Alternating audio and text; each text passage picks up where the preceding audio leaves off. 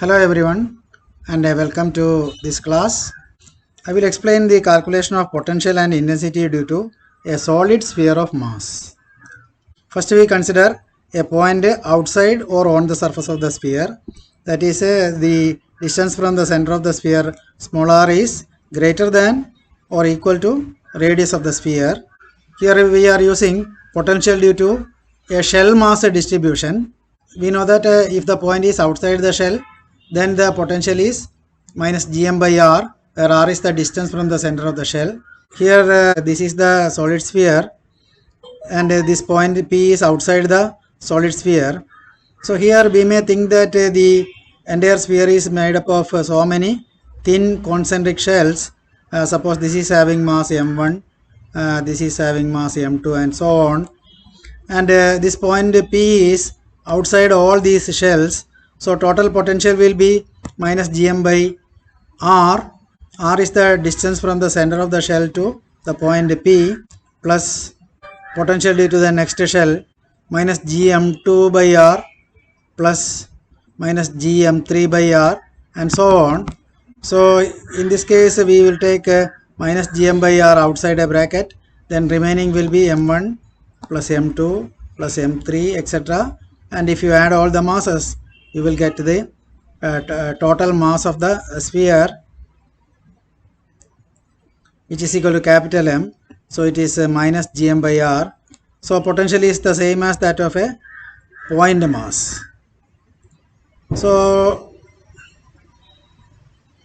we know that intensity is a negative gradient of potential minus del of minus gm by r, and we will use the result del of a function of r is equal to df by dr into r cap. So d by dr of 1 by r, that is minus 1 by r square, so minus gm by r square r cap. So that is the same as intensity due to a point mass which is situated at the center of the sphere. Now let us calculate a potential inside the sphere, that is r less than r. That diagram is shown here. This is the point P, and this point P is inside the sphere at a distance smaller away from the center of the sphere. Now this potential can be written as a sum of two parts, V1 and V2. And what is V1? V1 is the potential due to solid sphere of radius small r. So the point P is on the surface of this sphere of radius small r. So that potential is taken as V1. V2 is the potential due to remaining part of the sphere, that is potential due to this remaining part. So we will separately calculate V1 and V2 and add. For the calculation of that, we require mass per unit volume of the sphere, which is given by rho. Rho is equal to total mass divided by total volume, 4 by 3 pi r cube. So if so that is a mass per unit volume. Since the point P is on the surface of the sphere of radius small r, the V1 will be equal to minus g into mass of the sphere having radius small r divided by r. And for unit volume, rho is the mass. So for 4 by 3 pi r cube volume, the mass is 4 by 3 pi r cube rho. So this is the mass of the sphere having radius small r. So this is the potential V1. So if you simplify that, you will get a potential V1 as minus g 4 by 3 pi rho r square. To find this V2, which is potential due to remaining part of the sphere, we go to this diagram. In this diagram, let us draw a thin shell of radius x and thickness dx, and this point P is inside that thin shell.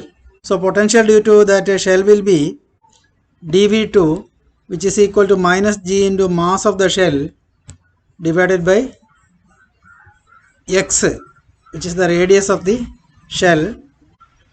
When the point is inside the shell, we know that the potential is a constant and potential is the potential at the surface of the shell. So potential due to the shell, which can be written as some dV2, that is minus g into mass of the shell divided by radius of the surface, which is equal to x. And the volume of this shell will be equal to surface area into thickness, that is thickness is dx. So surface area of this shaded part will be 4 pi r square or 4 pi x square. So 4 pi x square into dx will be the volume of the shell, and for unit volume rho is the mass.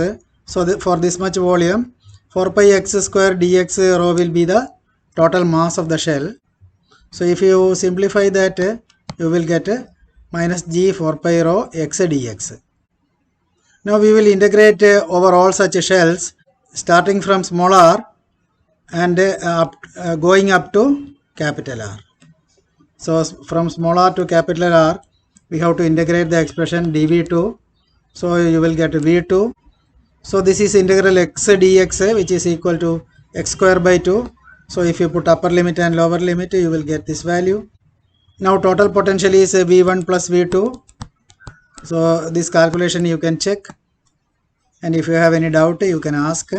So finally you will get a potential as minus gm into 3 capital R square minus small r square divided by 2r cube. And v is given by this, which is a function of r only. So if the function is depending upon r only, then del of function of r will be df by dr into r cap.